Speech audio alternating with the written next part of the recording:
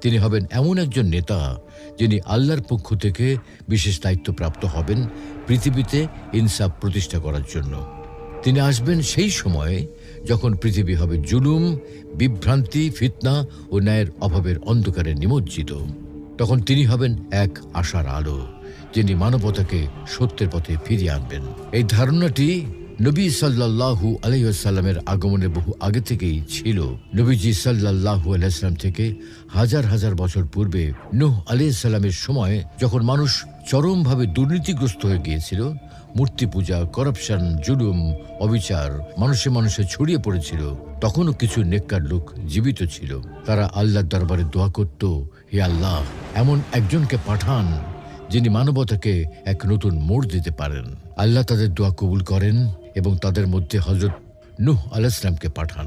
তিনি 950 বছর ধরে মানুষকে সতর্ক